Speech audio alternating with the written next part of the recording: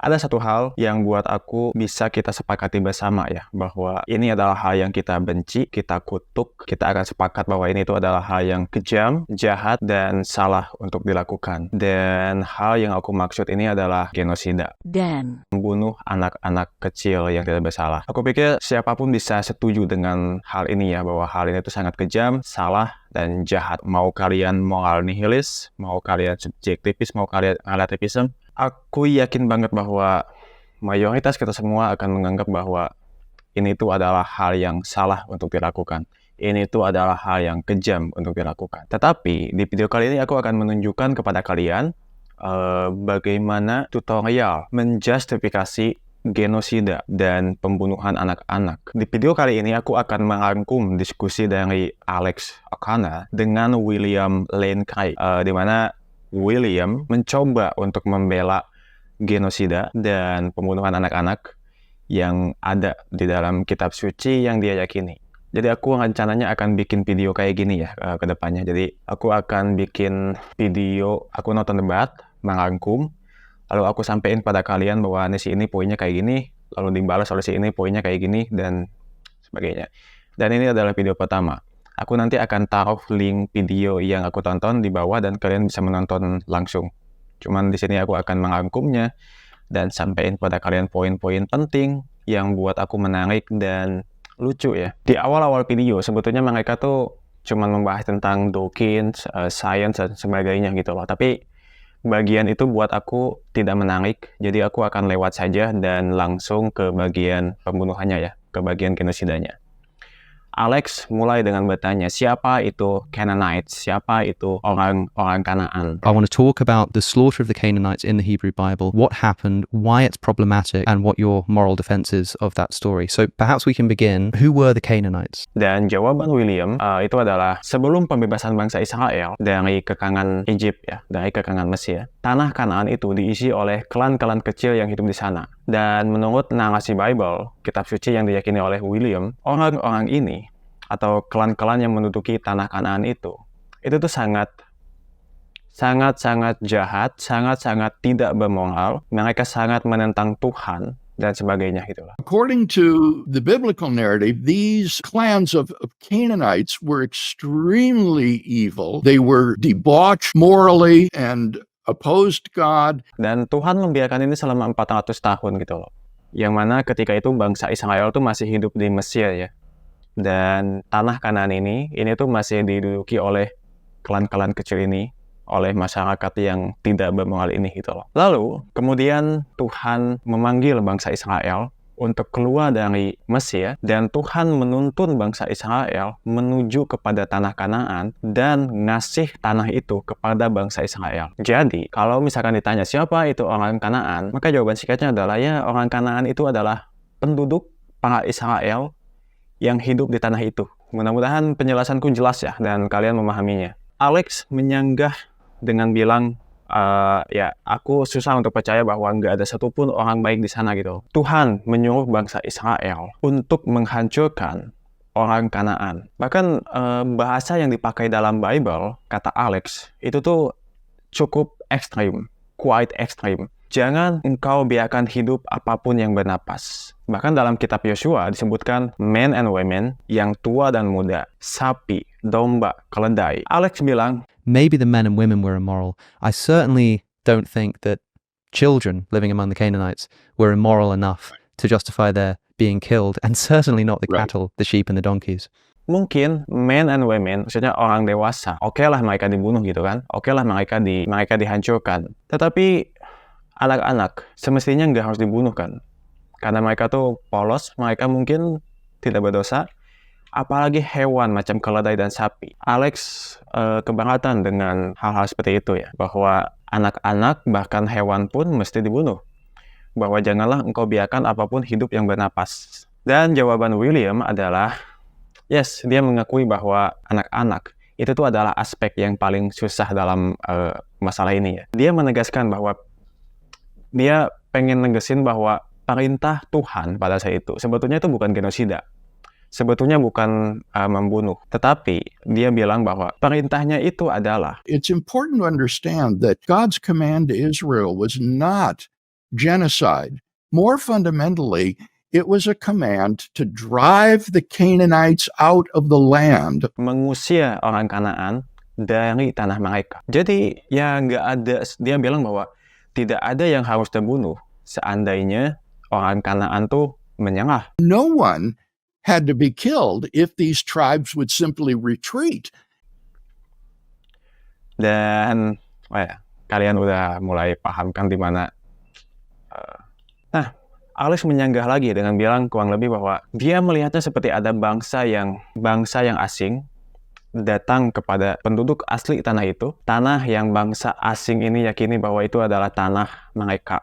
Bayangin ada bangsa yang asing datang kepada penduduk asli tanah itu lalu bilang, kamu mesti pergi, kamu saya usir, kalau enggak saya bunuh nih. Setelah pada dibunuh, ya tinggal bilang aja, saya kan udah ngasih pilihan, kalau aja nurut ya nggak mesti mati kalian ini semua. Alex merasa bahwa pembelaan yang dilakukan oleh William itu ya nggak bagus aja sih. Balasan yang dikasih oleh William ini menarik ya. Dia menjelaskan tentang moral teori yang akan menguatkan pembelaan dia gitu loh. Dia bilang kalau aja tindakan seperti ini dilakukan atas dasar inisiatif manusia saja, tentu itu akan jahat. Dia mengakui kok bahwa itu akan jahat kalau misalkan dasarnya itu adalah inisiatif manusia. Tetapi ada tapinya nih. Dia mengenalkan kepada kita apa yang disebut dengan divine command morality. But the ethical theory that I defend is called divine command morality. Dia menjelaskan seperti ini. Jadi, divine command itu ada dua komponen. Pertama, bahwa baik itu dasarnya adalah Tuhan sendiri. Apa yang kita anggap baik itu adalah Tuhan. Tuhan adalah paradigm dari kebaikan moral. Tuhan, by nature, itu adalah cinta, adil, dan sebagainya. Kedua, sifat Tuhan hadir kepada kita dalam bentuk perintah ilahiyah, yang mana itu membentuk kewajiban moral kita. Berdasarkan divine command ini, kewajiban moral itu adalah hasil dari perintah otoritas yang memenuhi syarat. Contohnya kayak gini. Contoh kalau misalkan Anda lagi naik mobil, lalu tiba-tiba ada orang asing yang menyuruh Anda untuk berhenti. Anda itu nggak punya kewajiban untuk mematuhi perintah dia ya. Tetapi beda lagi kalau misalkan Anda lagi nyetir mobil, lalu tiba-tiba polisi datang kepada Anda dan menyuruh Anda untuk berhenti. Saat itu, Anda punya kewajiban untuk menuruti dia. Menurut divine command ini, kewajiban moral itu adalah hasil dari perintah dari sosok paradigm of good, yaitu Tuhan itu sendiri. Sangat tidak mungkin Tuhan melakukan hal yang jahat, karena baik dan jahat itu didefinisikan oleh perintah ilahiyah. Dia negesin ini ya, poin yang menjadi poin utama dia, bahwa mungkin kita bisa lihat di sini bahwa ada inkonsistensi antara sifat Tuhan yang Maha Kasih dan Maha Adil dengan perintah Tuhan untuk mengusir orang Kanaan. Dan William bilang ya bahwa di antara dua ini yaitu nggak ada inkonsistensi. Dua-duanya konsisten kok. Kenapa? Karena Tuhan tidak menjahati siapapun. Aku akan balik lagi ke sini karena dia mengulang-ulang poin ini ya, bahwa Tuhan tidak menjahati siapapun di sini. Alex melihat di sini itu ada masalah. Ya, memang dia nggak bisa membuktikan bahwa semua yang dikatakan oleh William ini salah. Mungkin emang Tuhan tuh bisa mengizinkan pembunuhan kepada anak-anak seperti yang dilakukan kepada bangsa Israel. Tetapi masalahnya adalah ini tuh merendahkan kemampuan kita untuk percaya pada intuisi kita. Membunuh anak kecil, itu kita bisa rasakan secara intuitif kan, bahwa itu tuh salah. Lalu kita disuruh percaya, oh oke, mungkin membunuh anak-anak itu salah. Unless, kecuali ada perintah Tuhan. Artinya apa? Mungkin secara hakiki, secara intrinsik, membunuh anak kecil itu nggak salah. Membunuh anak kecil secara intrinsik itu nggak salah. Kalau ada kondisi-kondisi di mana itu diizinkan. Bukan cuma diizinkan doang, tetapi kamu diperintahkan untuk melakukan itu. Gitu. Alex menyanggah dengan sangat bagus di sini ya. Dan jawaban William Lane Craig tuh buat aku betul-betul sangat kecewa sebetulnya. Dia tuh membalas bahwa membunuh anak kecil, let's say genosida gitulah.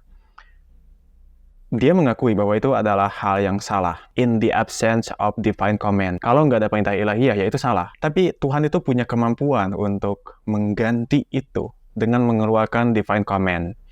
Yang mana kemudian itu akan membentuk yang mana kemudian itu akan menjadi kewajiban moral kita. Dia negesin bahwa selama ada perintah ilahiyah, maka ini adalah kewajiban moral. Bukan sesuatu yang salah, tapi itu adalah kewajiban moral. I would say that it is wrong in the absence of a divine command, but that God has the ability to override that by issuing a divine command. Alex tetap nge-push dia ya, dengan bilang, well, artinya berarti mengambil nyawa anak-anak itu, atau membunuh anak-anak itu, gak ada yang salah secara intrinsik dengan itu kan?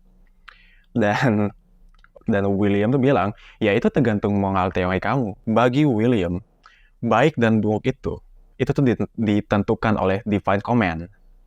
Dan dia negesin kalau di dalam ketiadaan divine command ini, itu nggak ada yang baik dan nggak ada yang buruk. Baik dan buruk, dia bilang, ini penting banget. Baik dan buruk, bagi dia, itu adalah ilusi subjektif manusia dalam ketiadaan divine command ini. Terus dia point out kalau, ya inilah masalah ateisme gitu kan, bahwa ateisme itu nggak punya moral authority. Nggak ada basis untuk objective morality. Dan ini yang paling menarik, ini yang paling penting. Dia negesin lagi kalau Tuhan itu tidak menjahati siapapun di sini. Mungkin yang susah adalah menerima bahwa ya ada anak-anak yang terbunuh ya. Tapi dia bilang bahwa Tuhan itu punya hak untuk mengambil nyawa siapapun. Jadi kalau misalkan dia ingin mengambil nyawa anak-anak ini, nyawa anak-anak orang Kanaan ini, ya itu ya hak dia lah. Lalu dalam teologi William, anak-anak ini akan langsung masuk ke surga. Mereka akan bersama Tuhan dan mereka akan menemukan hidup yang lebih bahagia dan lebih mulia ketimbang kalau mereka hidup dan dibesarkan di lingkungan mereka berada, di lingkungan bersama orang Kanaan itu. But then secondly, on my theology, these children go immediately to heaven. They go to be with God and therefore come to know a life that is more glorious and more happy than anything. Terus dia bilang bahwa ini tuh adalah blessing buat anak-anak karena mereka terbunuh. Sampai di titik ini aku nggak percaya kalau dia bilang bahwa ini tuh adalah anugerah, ini adalah blessing buat anak-anak itu karena anak-anak itu terbunuh. It was actually a tremendous blessing to these children for them to be killed. Alex tentu aja ngasih komentar atas perkataan William, ya tentu aja lah. You must understand how that sounds, saying it was a blessing for these children to be killed and go to God. Pembunuhan atas anak-anak ini adalah sebuah anugerah buat mereka. Itu tuh sangat melawan intuisi kita, kawan-kawan. Dan jawaban William gimana coba? Dia jawab bahwa, yes, itu memang melawan intuisi pandangan naturalistik. Orang yang tidak meyakini keberadaan surga. I mean, I think it runs against our naturalistic worldview, where one doesn't believe in an afterlife. Tapi, kalau misalkan kamu melihat dunia pakai pandangan teistik, meyakini surga, maka memang itu adalah anugerah buat anak-anak itu. Aku nggak bisa ngelihat bedanya antara William dengan fundamentalis-fundamentalis yang seperti teman-teman aku dulu yang, well, nggak apa-apa mereka mati atau mereka juga bakal masuk surga kok. Tentu aja Alex nge-push lagi kan. Dan William tuh negesin, apa masalahnya di sini? Masalahnya adalah adakah inkonsistensi di sini antara sifat Tuhan yang Maha Kasih dan Maha Adil dengan perintah Dia membunuh orang Kanaan. Dengan divine command theory, itu tuh nggak ada inkonsistensi di sini. Dia negesin balik lagi bahwa ya di sini nggak ada inkonsistensi gitu loh. Tetap poin utama dia tuh adalah itu ya, bahwa nggak ada inkonsistensi di sini. Dan poin menarik yang selalu diulang-ulang oleh William itu adalah siapa yang dijahatin di sini. Dalam pandangan William, susah banget untuk menemukan siapa sebetulnya yang dijahati oleh Tuhan. Mungkin kalian bisa menebak siapa yang dirugikan atau dijahati oleh Tuhan. Orang dewasa yang dibunuh? Enggak kok. Mereka itu adalah orang yang sangat jahat dan tidak bermoral, jadi ya mereka pantas untuk dibunuh. Anak-anak yang terbunuh? Enggak juga. Karena anak-anak ini akan langsung masuk ke surga. Apakah mungkin pasukan bangsa Israel justru yang mereka tuh merasa terganggu karena mereka mesti membunuh women dan anak-anak? Well, William bilang ada kebaikan yang pasukan ini dapat karena mereka tuh udah menanggung beban perintah ini. Jadi ya balik lagi, siapa yang dijahati oleh Tuhan dalam kasus ini? Gak ada. Orang dewasa enggak, anak-anak enggak, pasukan Israel juga enggak. Terus Alex ngomongin hal yang bagus banget ya. Dia ngomongin bahwa jadi di tahun 2004 itu tuh ada seorang ibu yang membunuh anaknya karena dia percaya bahwa itu tuh adalah perintah Tuhan. Nah, pertanyaan dia bagus banget. Bagaimana kita bisa tahu bahwa itu adalah beneran perintah Tuhan? But the question I want to ask is, how can we know this? Kalau misalkan Tuhan menyuruh kamu untuk datang ke sekolah, bawa senjata, lalu membunuh orang di sana, menembaki semua orang di sana, apa yang kamu lakuin? Kamu tuh akan mudah ya menepis dengan bilang bahwa aku nggak percaya kalau itu adalah perintah Tuhan. Aku percaya bahwa itu tuh adalah ya halusinasi aja. Oh, aku terganggu gitu loh. Ya masa Tuhan akan melakukan hal seperti itu? Tapi bayangin kalau dalam Bible kisah tentang Kanaan ini nggak ada. Lalu ada yang bilang, gimana kalau Tuhan tuh menyuruh kamu untuk datang ke sebuah wilayah, usir mereka. Kalau mereka menolak, maka bunuh mereka. Bunuh semua termasuk anak-anak dan hewan yang ada di sana. Jangan ada satupun yang bernapas hidup. Mungkin ya akan sangat mudah ya untuk membayangkan bahwa orang itu akan membalas, wah, aku nggak percaya kalau itu adalah perintah Tuhan. Karena itu bertentangan dengan sifat-sifatnya. Itu sanggahan dan pertanyaan yang diangkat oleh Alex. Dan jawaban William itu cukup bikin aku kecewa karena dia sama sekali nggak tertarik dengan pertanyaan seperti itu. Dia bilang bahwa yang kamu angkat itu tuh adalah pertanyaan epistemologis. Itu bukan pertanyaan metaetik. Pertanyaannya bukan lagi mengenai apa yang baik dan apa yang jahat. Bukan lagi mengenai kewajiban moral. Tetapi yang kamu omongin itu adalah bagaimana saya bisa yakin bahwa itu adalah perintah Tuhan. Dan dalam kasus yang diangkat oleh Alex, seorang ibu yang membunuh anak-anaknya itu tahun 2004, itu namanya adalah Andrea Yates ya. Dan dia adalah orang sakit jiwa skizo yang mendengar suara-suara di kepalanya. Jawaban William adalah, ya itu adalah pertanyaan epistemik. Dan ini yang bikin kecewa. William bilang bahwa aku nggak tertarik untuk membela pertanyaan epistemik. Di dalam video itu, ada satu pertanyaan yang paling menarik di sepanjang video itu. Ini adalah pertanyaan yang buat aku merasa sangat kagum sama Alex ya. So you, Dr. Craig, are a Yes. Canaanite. You wake up. Dia bertanya, kalau Anda, William, adalah orang Kanaan, tanpa Anda pilih, Anda terlahir sebagai orang Kanaan dan dibesarkan di lingkungan Kanaan. Sebetulnya Alex belum beres nanyanya, tapi William langsung ngomong bahwa kalau aku lahir di sana, aku juga bakal jadi orang jahat kok. Tapi itu bukan pertanyaan utama Alex ya.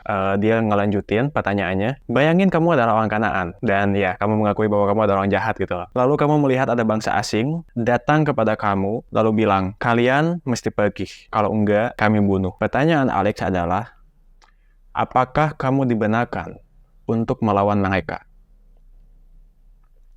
Dan jawaban William itu betul-betul sekali lagi membuat aku betul-betul kecewa sama dia. Karena dia kekeh menjawab, pada ujungnya gak bisa dibenarkan. Karena itu akan melanggar perintah ilahiyah. Is it justified for you to fight back? I mean, ultimately, it's not justified because it would be transgressing a divine command. Jadi itulah teman-teman bagaimana tutorial, bagaimana caranya kita bisa menjustifikasi genosida bahkan. Jadi kalau misalkan ada orang lain yang bilang bahwa oh itu kan adalah hal yang jahat, itu kan adalah pembunuhan ya, hal yang kejam gitu. Kalian bisa bilang ya itu tergantung moral teori kamu. Kalau saya memahaminya sebagai ya divine command morality. Kalau misalkan Tuhan yang saya yakini menyuruh untuk membunuh ya membunuh itu baik. Daripada ateis yang betul-betul nggak punya moralitas, nggak punya dasar untuk objektif morality. Aku akan tutupin videonya di sini aja ya. Dan terima kasih telah menonton aku mengoceh tentang William membela genosida.